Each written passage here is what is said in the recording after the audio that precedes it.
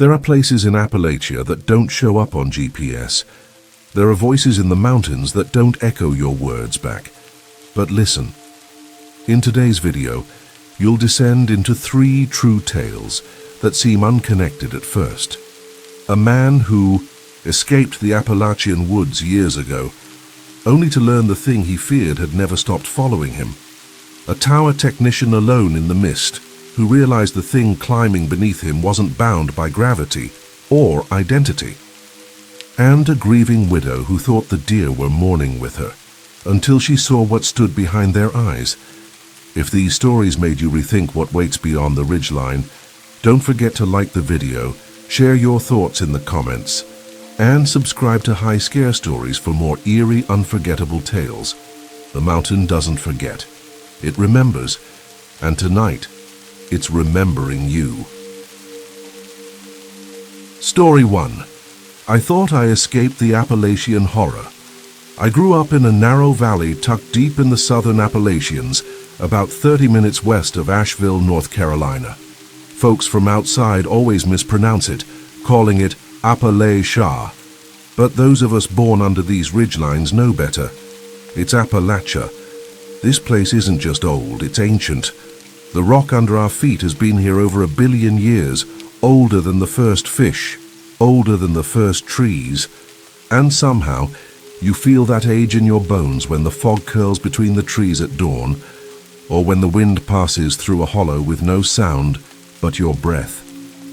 As a kid, I'd walk for hours through trails that twisted around old church ruins, stone foundations from cabins long gone, and tiny cemeteries where the names had faded clean off the headstones. Some places made you feel calm, like the sun had been waiting just for you.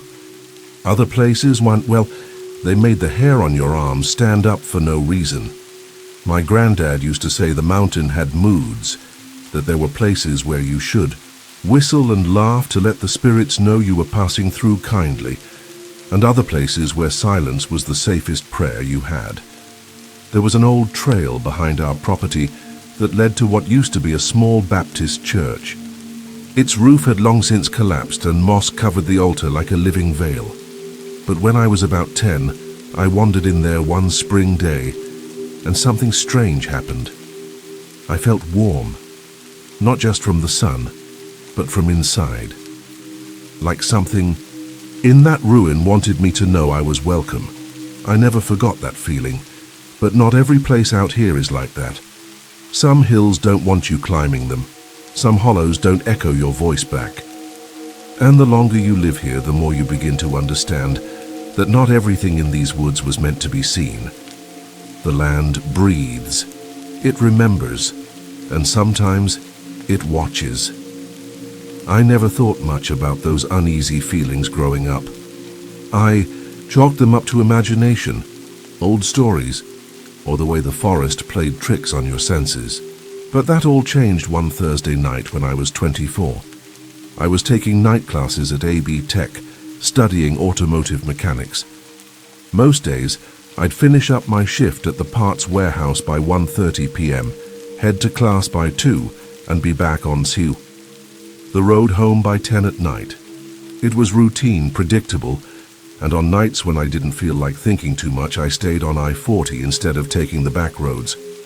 That night, I just wanted to get home, eat something quick, and pass out. Friday was my day off, and I had plans to head out early and hike to one of my favorite overlooks before sunrise. The air felt heavy when I turned off the interstate. I remember rolling the window down a little just to get some fresh air. But what I got instead was a stillness so deep it felt wrong. Not a single tree frog, not a single owl. Nothing. The kind of silence that seems to press on your chest from the inside. As I reached the top of the off-ramp, I noticed something odd. The gas station on the corner, usually lit up like a football field, was completely dark. They ran 24 hours, no exceptions. Even in storms, their generator kept the lights on. I figured maybe a local outage hit that side of the road, but the unease in my chest wouldn't leave. My old Dodge pickup rumbled beneath me, and I shifted, gears quietly, like I was afraid the truck might wake something up. Just past the bend in the road, there was a stretch of old farmland with a rotting barn I always glanced at. It looked like it had been watching that stretch of road for over 100 years, and I'd gotten used to using it as a landmark. That's when it happened. Out of nowhere, a massive, sickly-looking dog leapt out in front of me. I slammed on the brakes, but it was too close. The front end of my truck jolted, and I heard a loud thump. Then the rattle of fence posts in the bed bouncing and slamming back down. I cursed under my breath. Last thing I needed was to tell a neighbor I'd run over their dog. I rolled to a stop and leaned forward, staring into the night through the windshield. That's when I smelled it, rot. The thick, wet stench of something long dead. I'd smelled it before, working in salvage yards or out in the woods when a deer had been taken by coyotes. But this was different. It was fresher, somehow, but still ancient. I shifted into reverse, intending to pull back and see where the body had landed. But what I saw in the mirror wasn't a body at all. Standing upright like a man was the same creature I had just hit. Only now it towered, at least 10 feet tall, limbs too long, its skin sagging off its frame like old rags soaked in ash. It looked straight at me through empty sockets, and in that moment I knew two things with absolute certainty. First, that thing had never been a dog, and second, it had been waiting for me. I didn't remember shifting back into first or flooring the gas, but suddenly the truck was roaring down the road, tires squealing as I snatched second gear and held the wheel, tight. My heart was hammering, not just from the shock, but from the way that thing had looked at me, like it already knew everything about me. Like it had been waiting for me to look back. I didn't even glance in the rearview mirror after that. I couldn't. I didn't want to see if it was still standing there, or worse, if it was gone. When I got home, the house was dark, quiet. My parents were already asleep upstairs. I parked in the gravel, grabbed my duffel bag, and went straight into the basement apartment I'd been living in while saving money. I locked the door behind me and stood there in the dark for a minute, listening. No footsteps, no sounds, just the faint creak of the old floorboards above me as the house settled. I turned on the lights and sat on the edge of my bed, trying to make sense of what I'd seen. Every logical part of my brain screamed that I must have imagined it. That, I was tired, maybe nodded off for a second behind the wheel, but that smell, that thick, putrid stench of death, still clung to my clothes. I could feel it in my nostrils, coating my throat. I stripped down and tossed my shirt in the hamper, like it might still be carrying whatever that thing was. I tried to sleep. I really did. But around 3 a.m. I woke up without knowing why. The room was silent. Too silent. Even the old water heater that usually gurgled every now and then had gone still. Then the smell hit me again.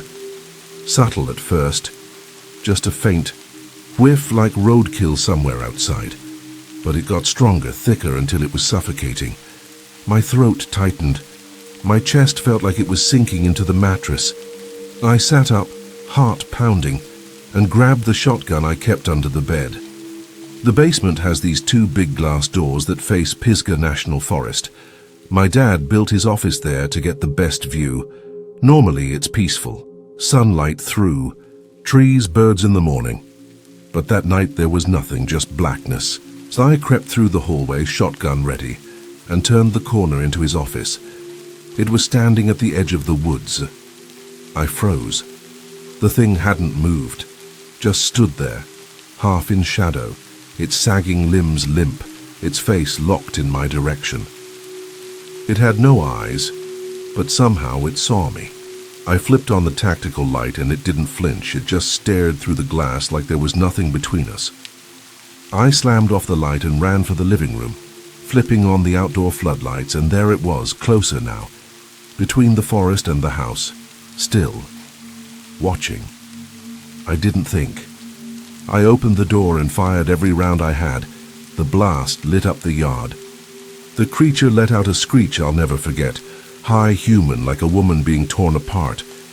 Then it was gone, vanished into the woods. The dogs upstairs went berserk. My parents yelled down, asking what happened. I told them it was just a bear, but I knew damn well it wasn't. I never spoke about that night to anyone. What was I supposed to say, that I shot at a walking corpse that howled like a dying woman and vanished without a trace? Even I didn't fully believe it happened. I never saw it again after that, not in that house, not for years. Things went back to normal, or at least as normal as they could after something like that. I finished school, moved out, got a steady job. Eventually, I met Emma. She was from the same area, just one hollow over from where I grew up. Her family had been in those mountains for generations, and they weren't strangers to strange stories. Her older sister used to talk about granny magic and old mountain wards like it was just another part of Sunday chores. Emma didn't laugh at the old ways like I used to. She respected them. That's one of the reasons I fell for her. She didn't just believe in things, she understood them. A few years into our marriage, we were back visiting her folks. Her brother had these old hunting dog kennels up on the side of the mountain, not far from her mother's house. They hadn't been used in years, but the concrete pad and fencing were still solid. We had to keep her Great Pyrenees, Hank, quarantined there for a few days after he'd mauled a raccoon. His rabies shot had expired. That last night of quarantine, we decided to walk up the trail with a couple of flashlights and bring him back home. The woods were quiet, but not in that oppressive way I remembered from years ago. More like how they used to feel, just us, trees, moonlight, and the sound of gravel crunching under our boots. Hank was waiting, tail wagging, perfectly calm. We clipped the leash on him and started walking back. About halfway down the trail I stopped. The breeze had shifted. I caught it all at once, that same stench, thick and unmistakable. Death. Wet, rotten death. Emma caught it too and wrinkled her nose. "What did you eat?"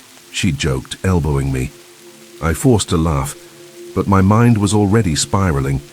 The air got heavier. My shoulders tensed. And then it came, barking from behind us. Not Hank. No. The barking was identical to Hank's voice. Same cadence, same pitch. It was coming from the kennels we'd just left. I stopped cold. Hank's fur bristled. He let out a low growl, deep and rumbling like I'd never heard from him before. He spun around and faced the woods, teeth bared, body rigid. Emma grabbed my arm, whispering, "What the hell is that?" I didn't answer. I couldn't. The barking didn't stop. It grew louder, closer, until it felt like it was inside my skull. Hank dug in his paws, trying to hold the line. It took everything I had to drag that 150-pound dog back down the trail toward the house. Emma's mom must have heard the commotion, because just as we reached the edge of the yard, the floodlights snapped on, and that's when I saw it. Something, not a dog, froze at the edge of the woods where the light touched, staring at us before, turning and melting back into the dark. Emma looked at me, breathless. "You want to tell me what the hell that was?" I said nothing. Not yet. I told Emma everything that night, from the road to the basement to the gunfire. She didn't laugh. She didn't flinch. She just listened, every muscle in her face tense like she already knew pieces of what I was saying. When I was done, she stared at the floor for a long time before whispering, "My sister's going to come by in the morning." And she did. Her older sister arrived with herbs, ash, some kind of oil, and a voice that carried the weight of something ancient. She blessed the house, the yard, and finally the kennels. She said very little, but when she was finished, she looked me dead in the eyes and said, "It's not gone. It just knows you know. Don't go in the woods after dark, ever." A few months later, Emma received orders, military transfer. We packed everything and moved to Delaware. Flat land, no hollers, no mountains. The trees here don't hum like they do back home. The wind doesn't carry stories, it's lifeless in comparison, but I was grateful for that. I thought we'd left it behind. We found a little place on the edge of a sleepy community, surrounded by cornfields and skinny pine woods, the kind of house with a big yard, perfect for dogs and bonfires. For a while, everything was quiet. I let myself relax. I played with our dogs after sundown, walked out into the woods with a flashlight without even thinking. One evening, I built a fire in the backyard and poured myself a mason jar of good Appalachian whiskey. As the flames died down, our American bulldog Brutus suddenly tore toward the tree line. I stood up, shouted his name, but he didn't stop. I ran after him, tackled his heavy body before he could disappear into the dark. As I hoisted him up in a fireman's carry, I heard it, a bark, exactly like Brutus's, but it wasn't coming from him, it was coming from the woods. Brutus growled, low and guttural, something I'd never heard from him before. His entire body shook in my arms. The air turned sour, thick with a smell I hadn't faced in years. Rot. Death. I looked up, and the bushes near the woods were still swaying, like something had just passed through. And that's when it hit me. 650 miles wasn't far enough.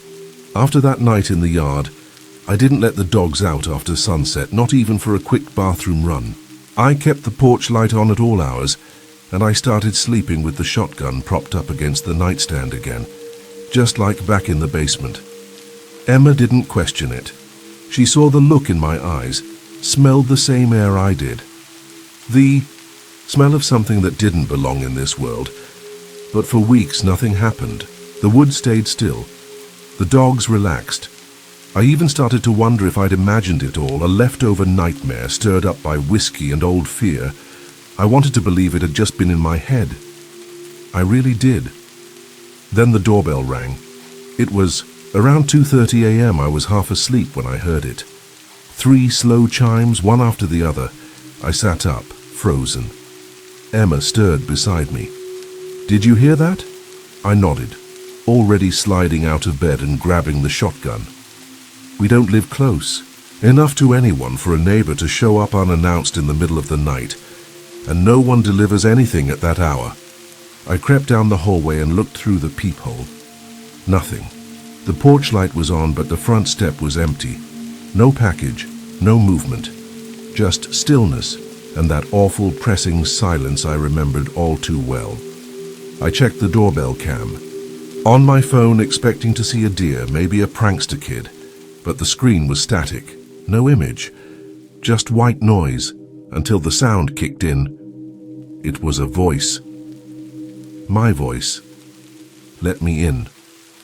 I felt my stomach turn to ice. Emma had come downstairs by then and was staring at the phone too. That's you, she whispered. I didn't answer. I couldn't. I was too busy staring at the porch through the glass window next to the door, half expecting to see myself standing there. I didn't. But that made it worse. I turned on every light in the house, locked every window, and posted myself in the living room with a shotgun and a flashlight. The dogs wouldn't leave the basement stairs. They just stood there, staring down, tails, low, growling into the shadows, like they knew something was already inside. I didn't sleep after that night. Not a minute. Every creak of the floorboards, every gust of wind brushing against the windows sent my nerves firing. Emma tried to act calm, but I could see it in her eyes. She was scared too. We stopped talking about it out loud, as if saying, its name might draw it closer. But we both knew something was coming, and this time I wasn't going to wait for it to knock. So I set a trap. I rigged the backyard with motion sensors, mounted 2 floodlights on the back corners of the house, and set up a trail camera facing the tree line. I placed a bag of deer bones and scraps from the butcher, just at the edge where the woods met our fence. Then I waited. Night fell like a curtain. The wind died. The air hung heavy. I sat in the basement with my back against the wall. Flashlight in one hand, camera feed pulled up on my tablet, shotgun across my lap. The dogs stayed close, too close. Not barking, not growling this time, just silent, shaking. Hours passed, and then the smell. It rolled in like fog. Wet rot, decay, something ancient and spoiled. I held my breath and looked up at the feed. There it was at the edge of the frame, not moving, just standing at the tree line, half shrouded in dark, the shape barely more than an outline, but it was tall, too tall. Its arms hung too long. Its body looked like it had been stitched together from grief and ash. It didn't approach, it didn't run. It just raised one arm, slow and deliberate, and waved. Not a threat, a greeting, like it had all the time in the world. After that night, something shifted. It didn't come back the next evening or the one after that. The woods were quiet again, but not the good kind. Not peaceful, just watchful, like the air itself was waiting, holding its breath. Emma kept asking if we should leave, move somewhere farther, maybe out west. But I knew it wouldn't matter. It didn't follow the rules of distance. It wasn't tied to land. It was tied to me. Then came the storm. It started just after midnight. Thick sheets of rain, low thunder rumbling like something pacing outside. The power flickered once, twice, and then went out. I lit 2 candles and checked the locks again. Every window, every door. The dogs were whining, ears pinned back, pacing in tight circles. At 3:17 a.m. the doorbell rang. No lights, no camera, just that same 3-tone chime echoing through the dark. Then I heard it. "Son, you home?" It was my father's voice. Calm, steady, the same voice that used to call me. Down for supper, but my father had been dead for 10 years. Emma was frozen at the top of the stairs, one hand over her mouth. "Tell me you heard that," she whispered. I nodded, every muscle in my body taut. I stepped toward the door, shotgun in hand, trying not to breathe too loud. My heart beat so hard I could feel it in my teeth. The voice came again, closer now. "Let me in, it's cold out here." But it wasn't cold. The air was hot and stale, thick with that same sour rot. I reached for the door handle, and then I heard my own voice. "You've been watching me," it said. "Now it's my turn." The handle jiggled. I staggered backward, aiming the shotgun. But when I flipped the porch light on, no one was there. Only the scent remained, overwhelming, choking. And then the whispers started, not outside, inside, behind me. I spun around, and there, half-formed in the dark of the living room, was the thing. Its limbs slithered between shapes.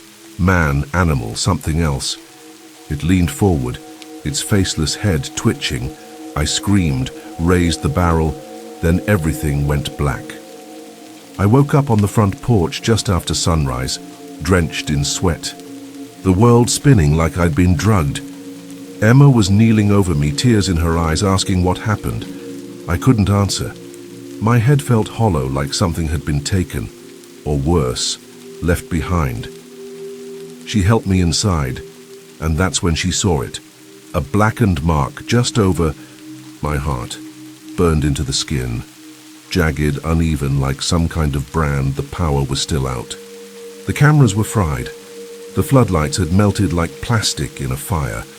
No footprints in the mud, no proof, just me, shaking, and 3 dogs that refused to leave my side. Since then, I see it in reflections, in windows, in my dreams. It doesn't need to chase me anymore, because I understand now I didn't bring it back with me, it never left.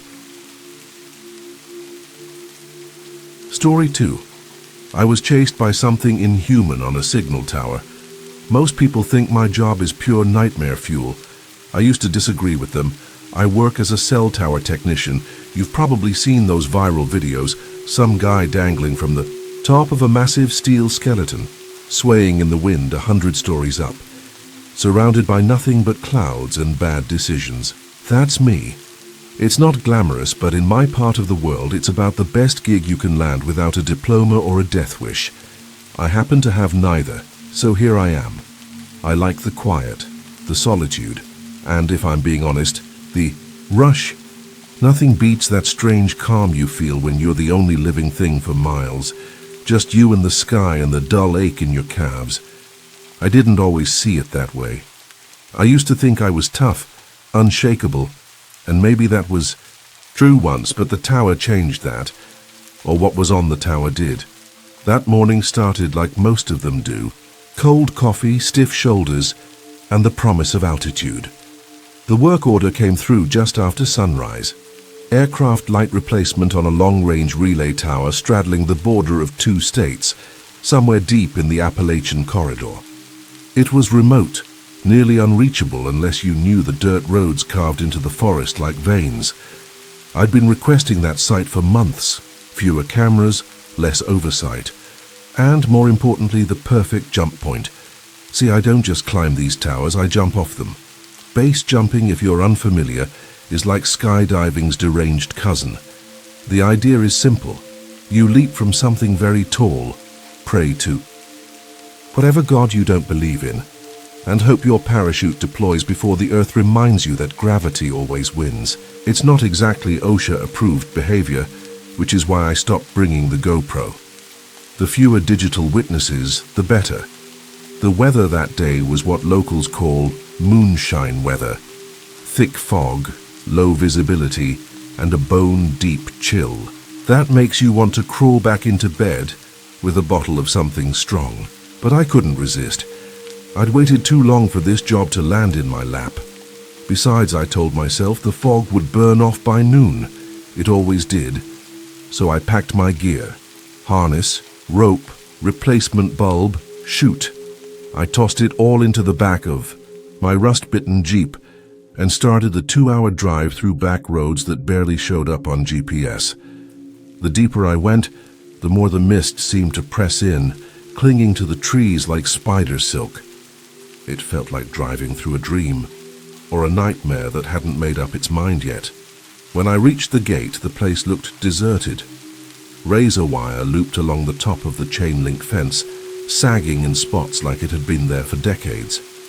I keyed in the access code and watched the gate grind open at a glacial pace.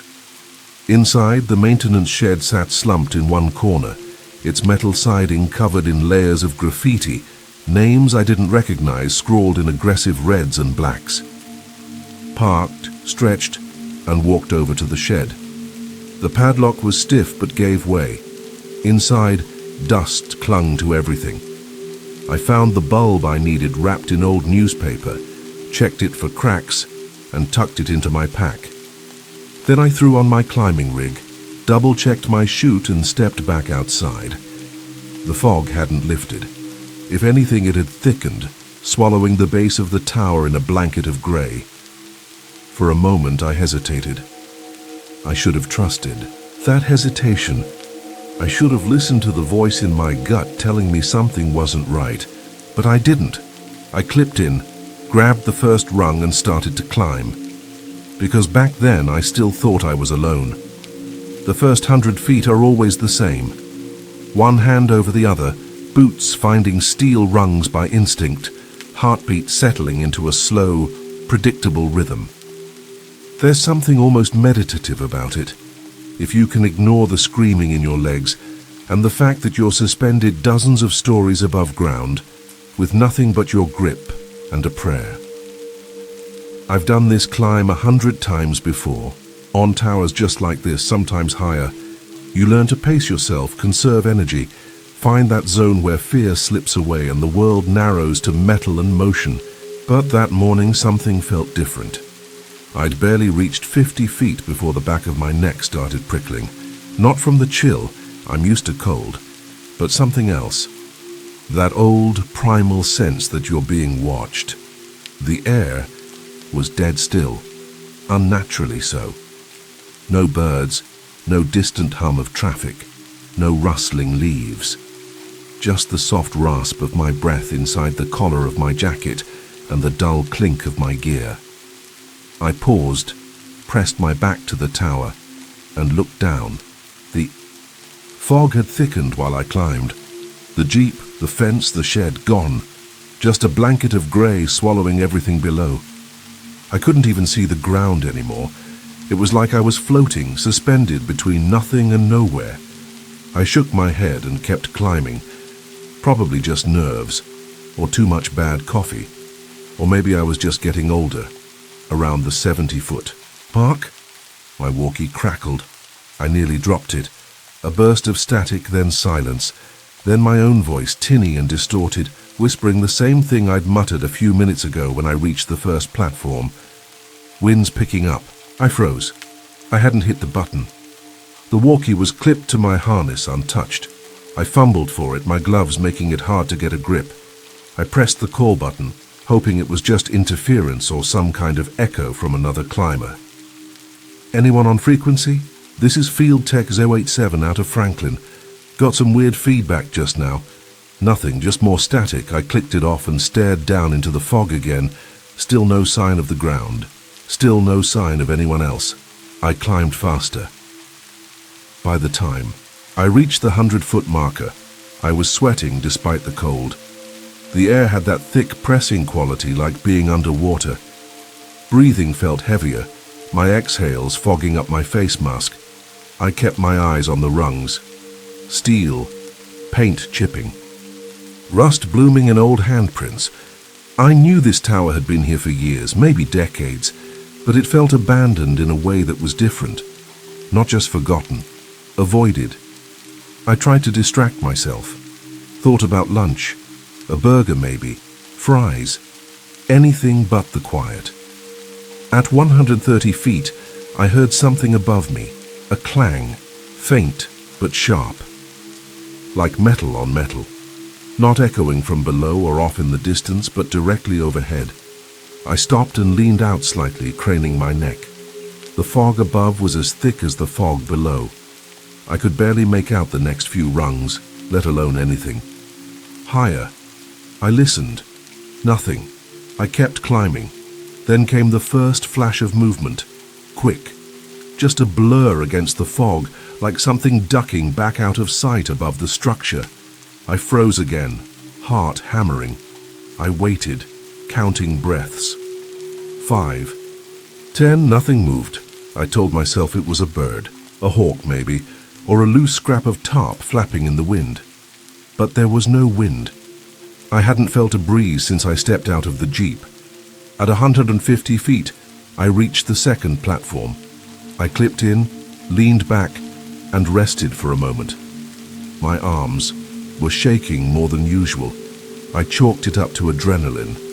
The fog wrapped around the tower like a shroud, thick and cold, muffling everything.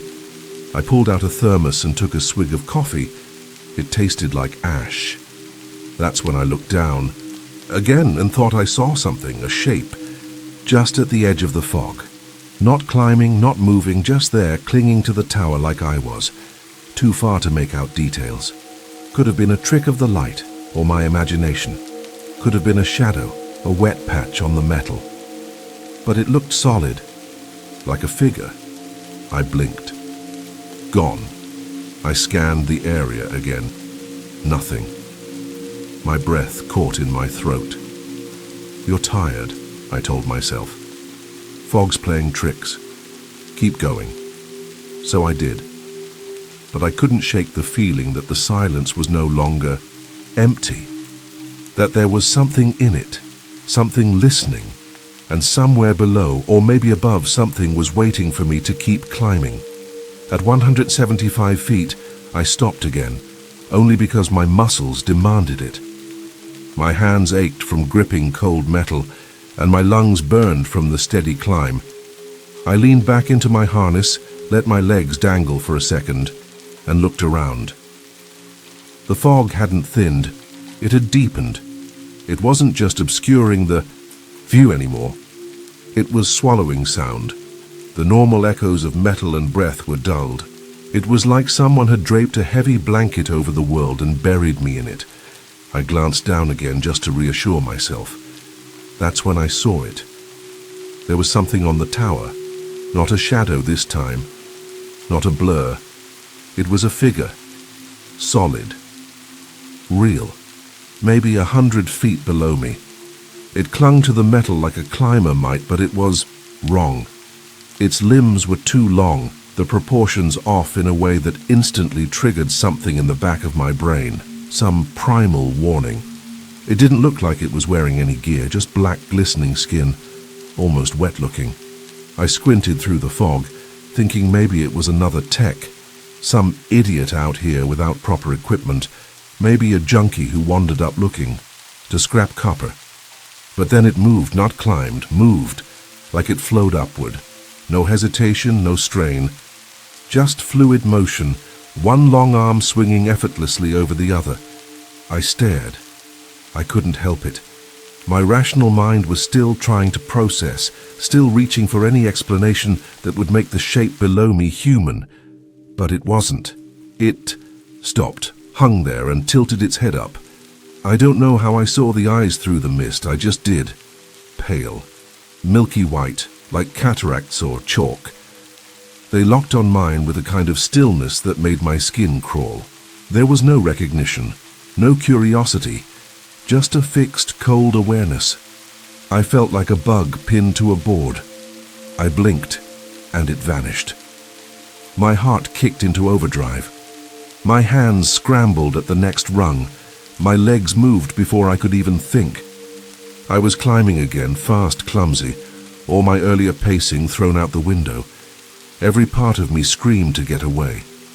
I tried to rationalize what I'd seen: fog, exhaustion, low blood sugar, hallucination. But my gut knew better. That thing was real. It had seen me. It was coming. The rungs flew past, 180 feet, 190. My breath came in harsh gasps. I didn't dare look down. Then the walkie crackled again. This time it wasn't static. It was laughter. Low, gurgling, broken laughter, like someone who'd never laughed before trying to mimic it. It came through my earpiece, warped and wet. And it didn't stop. I ripped the radio off my harness and flung it into the fog. At 200 feet I paused again, barely able to keep climbing. My limbs were shaking. My fingers had gone numb. I pressed my forehead to the steel and took shallow breaths, trying not to vomit. That's when I heard it again. Below me. Close. A soft metallic rattle. Something brushing the tower. Hands or claws testing the rungs. I forced myself to glance down. It was maybe 30 feet beneath me now, and I saw it clearly. Not a person, not even close. Its skin was dark, like slick oil stretched over bone. The arms were too long, elbows bent the wrong way. It clung to the tower with spidery grace, fingers curling entirely around each rung. And the face, Jesus, the face! It had no real features, just suggestions of them. A mouth that stretched wide without opening, slits for nostrils, and those white pupilless eyes locked on mine. Then it smiled. The skin around the mouth split, revealing another mouth inside, and another. Like a set of nesting dolls, each grin darker and more malformed than the last. My throat went dry. I let out a noise, half gasp, half scream, and pushed upward again. The climb was a blur. I wasn't counting rungs anymore. I wasn't thinking, just moving. Run, my mind said. Run, even though there's nowhere to run. My boot slipped once. I nearly lost my grip, managed to catch myself before I fell. For a second I imagined those long fingers closing around my ankle. I kicked wild and desperate and hauled myself up. The creature was still gaining, silent, effortless, a shadow moving through fog and fear. I didn't know what it wanted. I didn't care. All I knew was that it was coming for me. And I was running, out of tower. The steel under my hands had started to sweat, or maybe it was me, I couldn't tell anymore. Every rung felt slick. My gloves were soaked through with fog and panic. I didn't stop, couldn't. The higher I climbed, the more my muscles screamed, the more my lungs begged for relief, but I didn't dare rest. I kept expecting to feel something grab my foot, to hear the metallic creak of the rungs below give under unnatural weight, to hear breathing that wasn't mine. I passed 225 feet. Somewhere above, through the soup of fog, the faint outline of a secondary platform emerged. A resting point, maybe 40 feet up. I pushed harder. The cold had seeped into my bones. My teeth chattered, though I wasn't sure if it was from the temperature or the adrenaline. Then came the voice. Not from behind, from above. It was my voice. "Keep going. You're almost there." I froze. I didn't want to, but I did. My mind struggled to make sense of it. The voice hadn't echoed. It had been spoken directly, calmly, like it belonged to someone who'd already reached the top and was calling down. But it was me. Every inflection, every twitch of sarcasm I recognized from years of hearing myself in helmet recordings. I looked up, nothing but fog, then below. The thing had stopped. Clinging to the tower like some oversized insect, it stared up at me with those same milky eyes, unmoving, watching, waiting. Its lips twitched. Then it spoke again, voice flat, mirroring my tone. "Perfectly, you always hesitate here. Every climb. Always scared of heights even though you lie about it." My chest went tight. That was true. I'd never told anyone that, not even myself really. I'd buried it under bravado, shrugged it off with jokes. But hearing it spoken, aloud, in my own voice, made it feel real, tangible. I felt exposed, as if it wasn't just climbing behind me, it was inside me, peeling away the pieces I thought I'd hidden. I unhooked my carabiner and kept moving. I didn't look down again, I couldn't. My hands moved like machines, rung, pull, my vision narrowed. My thoughts began to loop, circling back over and over again to the same question. What is that thing? By the time I reached the next platform, my legs were shaking so badly I nearly missed the final step. I collapsed onto the grated surface and clipped in by instinct. For a moment I just lay there, gasping, cheek pressed to cold steel, staring through the grates below. Hoping, praying, I wouldn't see it coming closer. But I did. The fog was thinner up here, just enough to make out its shape. And it had changed. It was taller now, its back hunched, limbs longer, more spider-like. The eyes remained the same, dead and unblinking, but the mouth had twisted, wider, deeper, like it had unhinged something inside just to smile at me. And then it moved again, upward. I scrambled to my feet and turned toward the access door at the far end of the platform, a small maintenance shack bolted to the side of the tower. Most platforms have them, a place to store tools or rest during bad weather. The door was shut. I yanked on the handle. It opened. Inside, it was dark. My headlamp flickered on, casting a cone of white light across a narrow bench, some coils of cable, and a rusted metal locker in the corner. The place reeked of mildew and dust. I slammed the door behind me and threw the deadbolt. For a second, I felt safe. Then I saw the bag on the bench. It wasn't mine. It was standard issue, just like the one I carried. Dirty canvas, company logo, faded to a ghost. The zipper had been torn. There was dried blood on the handle.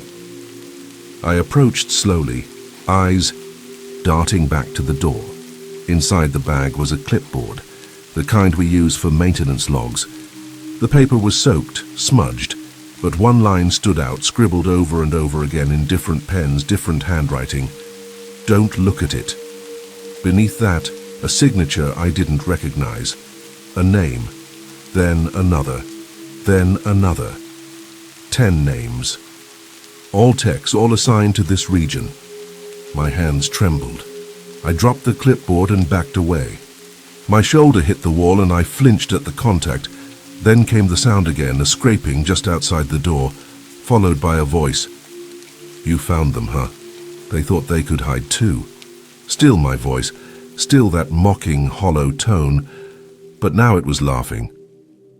The handle began to turn. I ran. There's a hatch at the far end of the shack, an emergency exit for fire or high wind evacuations. It led back onto the tower, about 240 feet up. I didn't think. I didn't check my clips. I just flung the hatch, open and dove out into the fog, landing hard on the steel frame. Pain lanced through my arm. I ignored it. I climbed. The platform was above me, the final one, the top of the tower. I didn't look back, but I could hear it, climbing faster now, clicking, mimicking the sounds of my tools, like it was pretending to be me, learning me, and it was getting closer. By the time I neared the final platform, my body was barely holding together. My right arm throbbed, maybe dislocated, maybe broken from the dive out of the maintenance shack, but I didn't dare stop. Every breath scalded my throat. My vision was tunneling. The steel rungs felt thinner now, like they might snap beneath my weight. Or maybe I was just slipping in and out of something worse than exhaustion. Then I heard it speak again. But this time it wasn't my voice, it was my brother's. "Hey man, remember that time on the bridge?" I froze mid-climb, my chest seized. I hadn't heard that voice in years, not since Jacob died. We were kids, 17, hiking in the gorge near the old suspension bridge just outside town. He dared me to cross the rusted rail. I'd made it. He hadn't. I never told anyone what he'd said before he fell, but the thing knew. "Don't let go," it whispered now, just like he had that day, right before the railing crumbled and he vanished into the trees below. "Don't let go, okay?" Wave of nausea crashed through me. I gritted my teeth and forced myself to climb again, pushing up the final stretch with all the strength I had left. As I pulled myself onto the topmost platform, I finally looked back. It was halfway up, slithering, crawling, moving with impossible fluidity. Its shape had shifted again, no longer entirely humanoid. Its back arched like a predator, arms split at the elbows into multiple joints, fingers unfolding like broken antennae. Its face, though, that was the worst part. It was becoming me. The features were halfway there. The jawline was right, the shape of the eyes, but they didn't move in sync. The skin hung too loose or too tight in the wrong places, like it was trying on my face and hadn't figured out how to wear it yet. Its mouth opened, dozens of teeth, black and jagged, rotating in slow spirals like meat grinders, but from somewhere deep in its throat came a whisper. "I see you." The way it said it made my entire body recoil, not because of what it meant, but because I knew I'd said those words before. I had, to myself, years ago, drunk, staring at my reflection after another sleepless night. "I see you. I still see you." This thing, whatever it was, it wasn't just mimicking speech. It was digging, ripping through my mind, using memories like weapons. I stumbled backward on the platform, nearly tripping over the trapdoor that led inside the upper tower housing. My fingers found the edge of the railing. The wind had picked up at last, rushing in from the east, scattering the fog just enough to see pieces of the sky. But the creature didn't stop. It paused once, only for a moment, and tilted its head, as if studying me. Not like prey, not like food, like a mirror. It moved again, fluid and silent, and I felt something in my chest crack. It wasn't fear now, it was recognition. Somewhere deep inside, I knew this thing, or what it came from. Maybe it was ancient. Maybe it was just old enough to remember every fear we pretend to forget. It didn't hunt like an animal. It hunted like a thought. And worse than that, it wanted to be me. Replace me, take everything I was and wear it like a skin. A perfect puppet built from guilt and adrenaline and shattered memory. "You're tired," it whispered. "I can finish. The climb." I screamed then, not words, just sound, and threw my weight against the trapdoor, yanking it open with my good hand. The darkness below welcomed me like a mouth. I dropped through, boots slamming against the final rung inside the upper tower frame. Above, the thing let out a groan, not of pain, of disappointment. I didn't look up. I climbed down 2 rungs, just enough space to rip open the side flap of my parachute pack and fumble with the release straps. My fingers felt like they didn't belong to me anymore. Every breath felt borrowed. Then, I heard it shifting above, preparing to descend after me. Not rush, not lunge, just come, because it knew. There was nowhere left to run. My hands were numb, trembling, barely able to grip the buckles of the parachute as I crouched inside the cramped skeleton of the tower's top frame. My back was pressed against the cold interior wall. The parachute straps twisted across my chest like a makeshift life vest, and all I could think about was how far away the ground was, and whether I'd even hit it in one piece. I'd made blind jumps before, stupid leaps off cliffs into canyons with no wind data and too much confidence.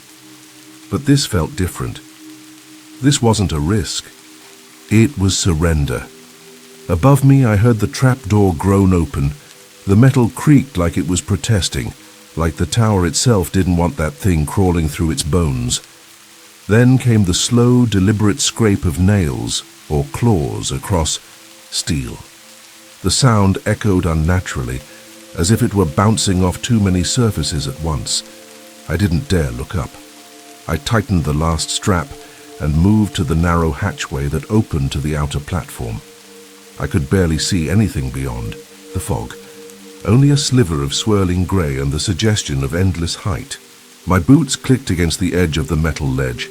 I counted in my head, 1, 2, 3. Not because I was ready, but because I had to pretend I was. My fingers twitched over the ripcord handle. Then it spoke again. You think this saves you. But it wasn't just speaking this time, it was laughing. Soft, breathy chuckles that didn't match its movements.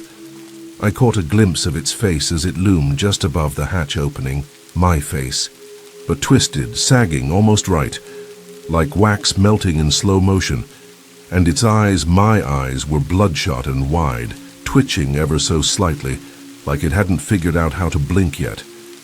That was when I understood. It didn't want to kill. It wanted to become me. That's why it hadn't rushed.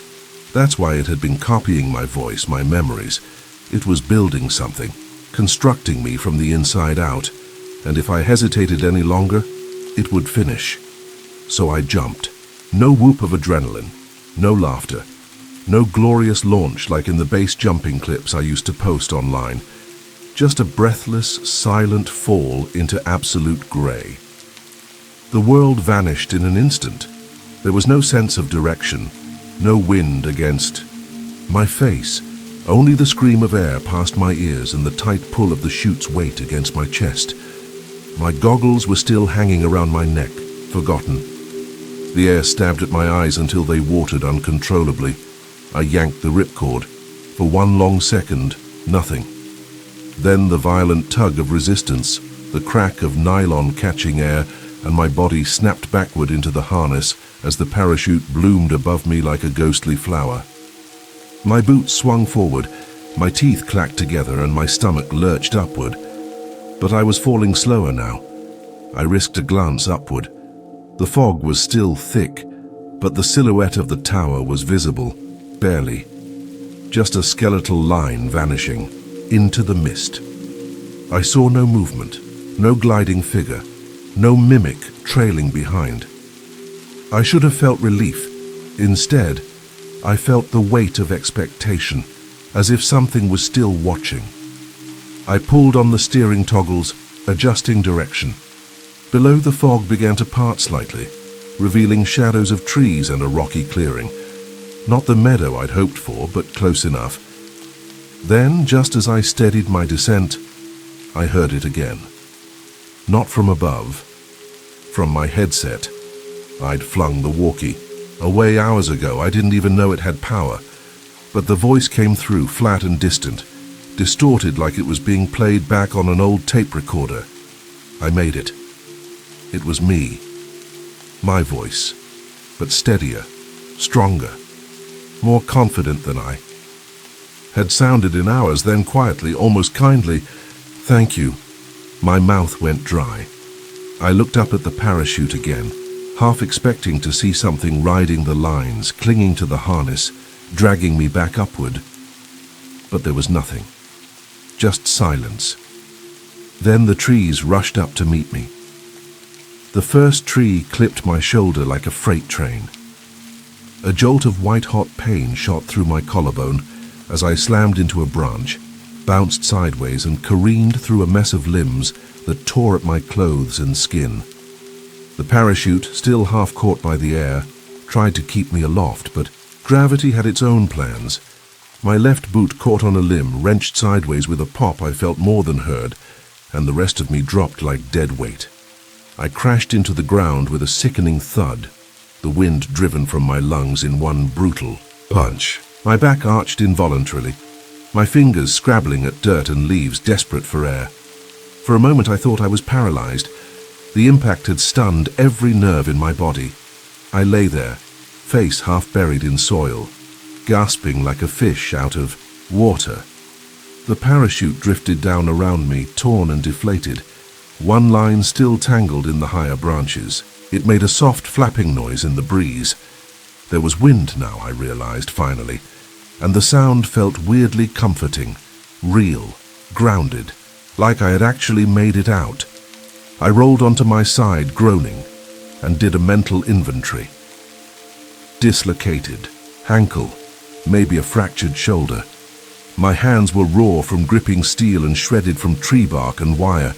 Blood smeared one sleeve, but I was alive. The tower loomed in the distance, just a suggestion of shadow and height in the thinning fog. I couldn't see the top. I didn't want to. I didn't want to know if something was still perched there, watching. I limped toward the fence line. The jeep was beyond it, blurred by mist and distance. Each step was a test of will.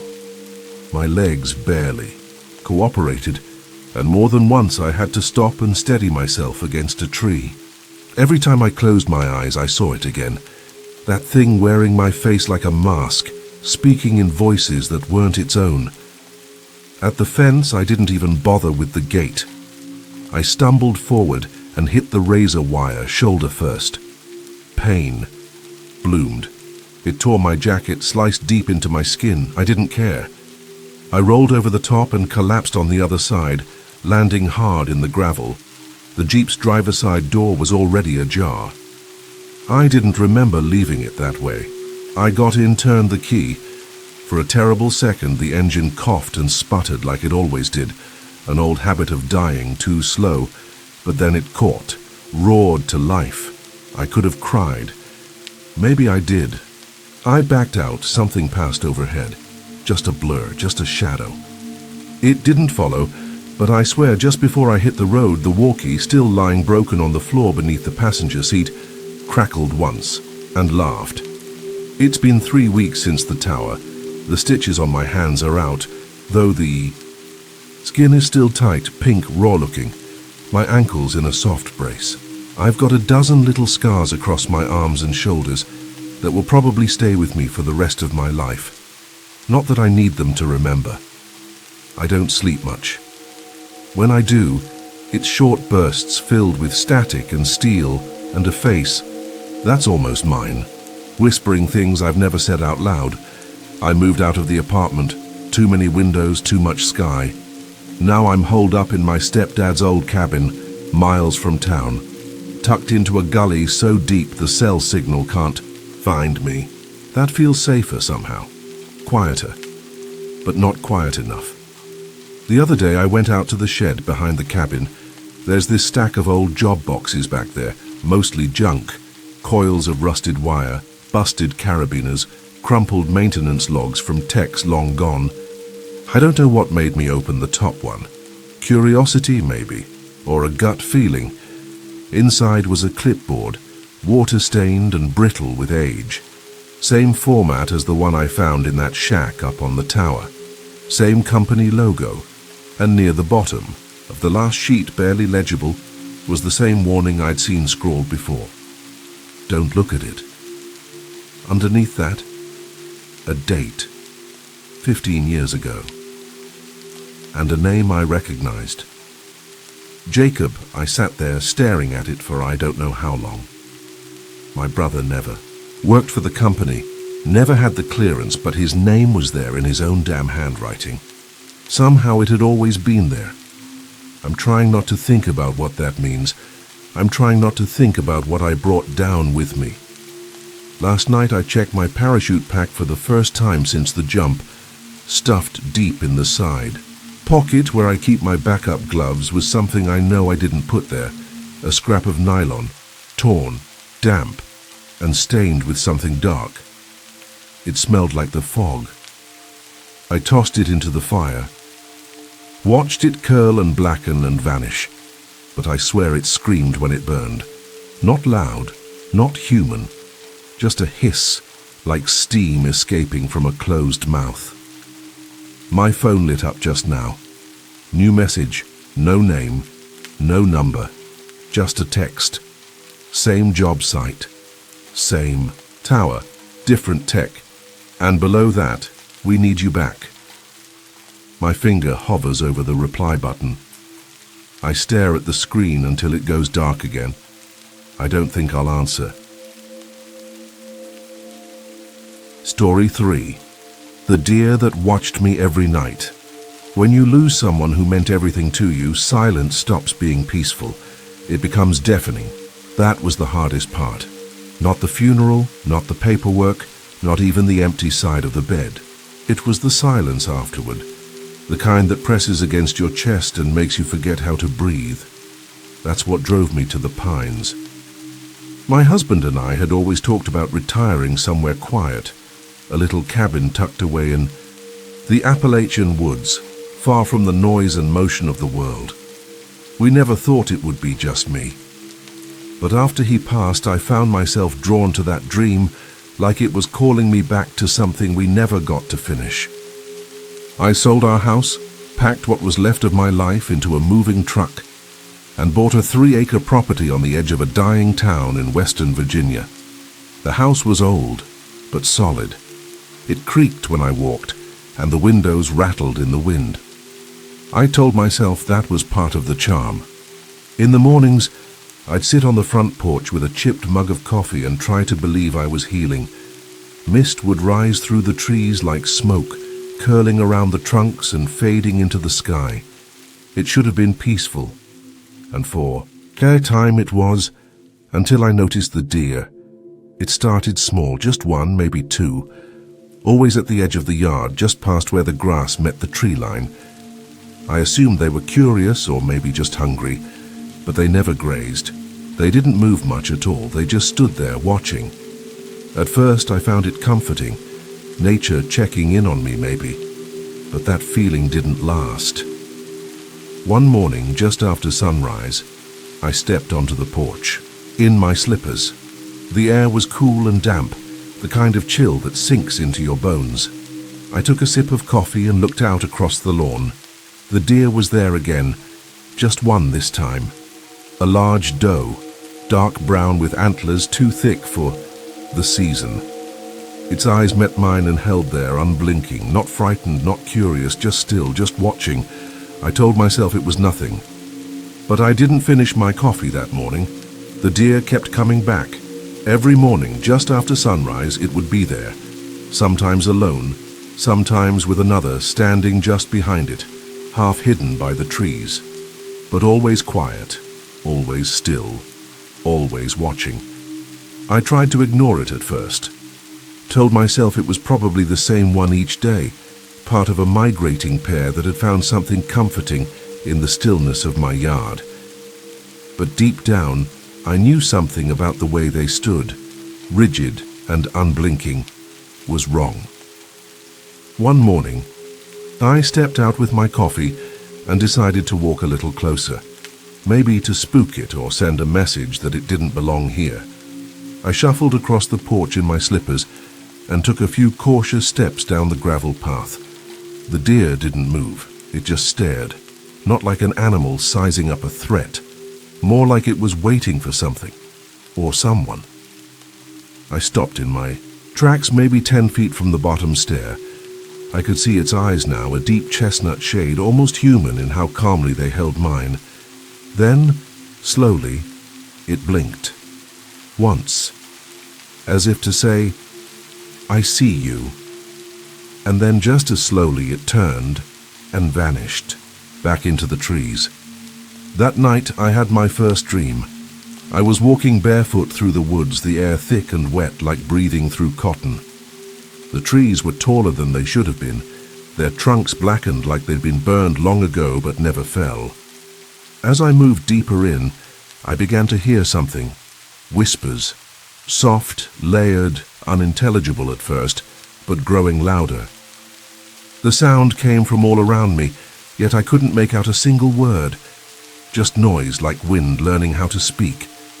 I turned to run, but behind me stood the deer. Or what I thought was the deer. Its eyes were glowing now, soft orange, and its antlers seemed to stretch far above its head, curving like tree limbs. It didn't move. Neither did I. I woke up sweating. The next few days blurred together. The deer returned, always at the same time in the same place. My sleep grew lighter, dreams darker. The silence around the house no longer felt like peace. It felt like waiting. I started writing in my journal again, trying to piece my thoughts together. It had been years since I'd spoken to my daughter, and I found myself writing letters. To her I'd never send. Maybe that was why the deer was here. Maybe grief had opened something I didn't understand, but a voice in the back of my head kept whispering another reason. Maybe the deer hadn't found me. Maybe I had found it. At first, it was easy to dismiss. A misplaced mug. A hammer I swore I left on the workbench, now tucked behind the kitchen trash can. I blamed it on myself, of course. Grief, fog, absent-mindedness, maybe even early forgetfulness. But the pattern grew. My journal, which I always kept beside my bed, disappeared one morning, only to reappear 2 days later in the bathroom sink, soaked to the spine. I stopped writing after that. The house itself began to feel unsettled. The air inside was always colder than outside, even when the fire was going. I'd light candles in the evening, and sometimes they would sputter out for no reason, even when the windows were shut tight.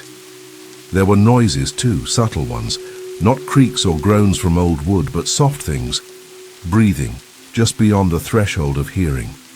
Whispers that floated in and out of earshot like smoke drifting through. Closed doors. One night I decided to try and record it.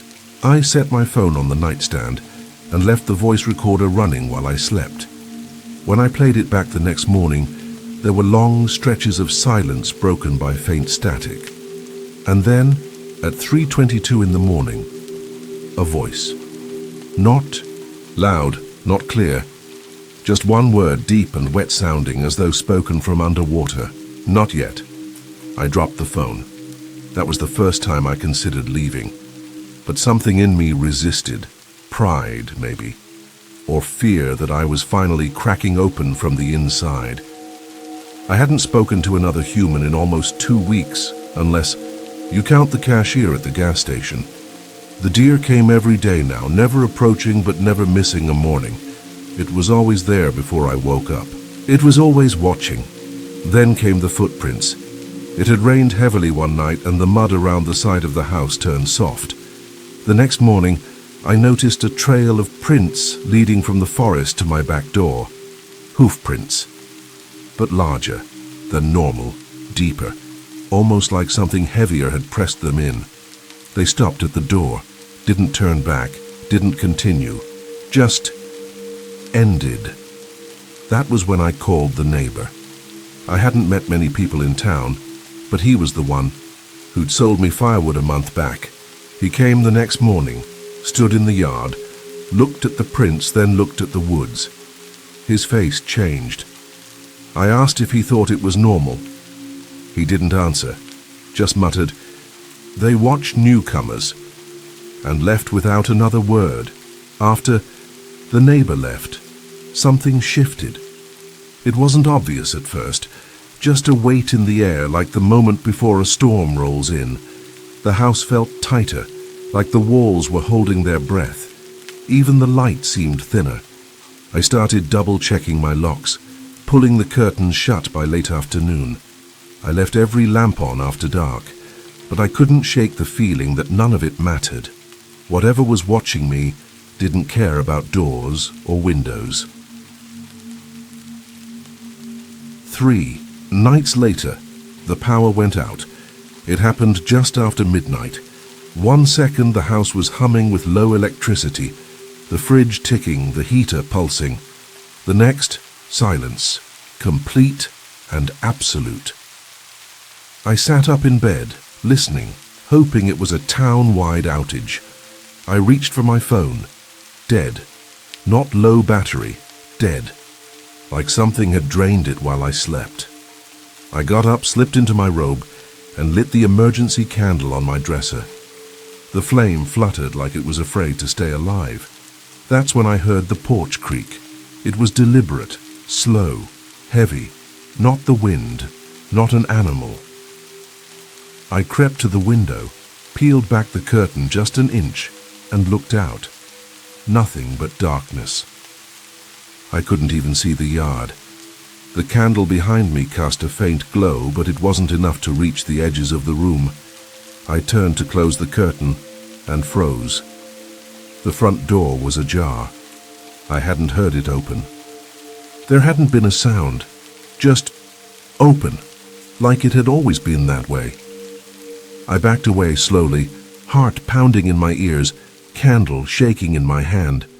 I made it to the bedroom and shut the door behind me, pressing my back against it. But I knew it was pointless. Whatever had come in was already inside. Then I heard it, hooves on wood, not outside. Not on the porch. Inside the hallway, click, click, pause, click. It stopped just outside my door. I dropped to the floor and slid into the closet, pulling the folding door shut just enough to leave a sliver to see through. The candle flickered out the moment I let go of it. I was surrounded by darkness, heart racing, breath shallow. I could hear something moving in the bedroom now, soft steps, careful, slow. Then I saw it. The deer, standing in the middle of my bedroom, perfectly still. Its eyes glowed a dull amber, not like reflected light, but as if something inside them was burning. Behind it stood a figure, tall, motionless. It didn't step forward, didn't speak, just stood in the shadows beyond the deer's antlers. But I could see its outline, stretched and narrow, its shoulders hunched like it had spent too long hiding in places not meant for people. And then I saw the coat, my husband's coat, the same one I'd buried him in, torn, damp, hanging from that figure's frame like skin borrowed from someone else. Everything went black. I woke in my bed, drenched in sweat. Morning light leaked through the curtains, soft and golden, as if nothing had happened. For a full minute I lay there in silence, afraid to move, unsure if I had dreamt the entire thing. But something felt off. The air was heavy, thick like syrup, and my head throbbed with the dull ache of fear that hadn't fully left. I sat up slowly and looked around. Everything seemed in place. Door shut, candle stub back on the dresser. My phone, lifeless the night before, now sat on the nightstand, with 60% battery. The hallway looked empty. The silence outside had returned, calm and deceptively peaceful. Maybe it had all been a dream, a hallucination brought on by isolation and grief. I wanted to believe that, but then I saw the pine needles. They were scattered across my bedroom floor, small and damp and unmistakably real. A few were crushed near the foot of the bed, as if someone or something had stood there watching me while I slept. I couldn't breathe. I stumbled out of bed, heart pounding, and opened the front door, desperate for fresh air. The cold hit me like a slap, but I barely noticed it because there, just beyond the porch, was the deer. Not one this time, several. At least 5 standing shoulder to shoulder at the tree line. silent, unmoving, watching. I gripped the doorframe, eyes wide, trying to make sense of it. Then something shifted. They all turned their heads to the left in perfect unison toward the woods. I followed their gaze. In the distance, something whistled, high and thin, like wind pushing through bone. The deer didn't move, didn't flinch, but their breath came out in visible bursts, and a low vibration hummed in the air, so faint I thought it was in my chest, not my ears. And then, as one, they made a sound I'd never heard a deer make before. A soft, rolling growl, deep and unnatural. That was when I knew they weren't watching me. They were waiting, and whatever was in the woods, whatever had signaled them, wasn't done yet. That evening, the sky turned a strange shade of grey, flat and lifeless, like the colour had been drained from the world. The wind picked up just before dusk, rattling the shutters and carrying the scent of earth and wet bark. I stayed inside, pacing between windows, unable to shake the feeling that something was building. The deer didn't return at sunrise like before. They waited until nightfall. When they came in silence.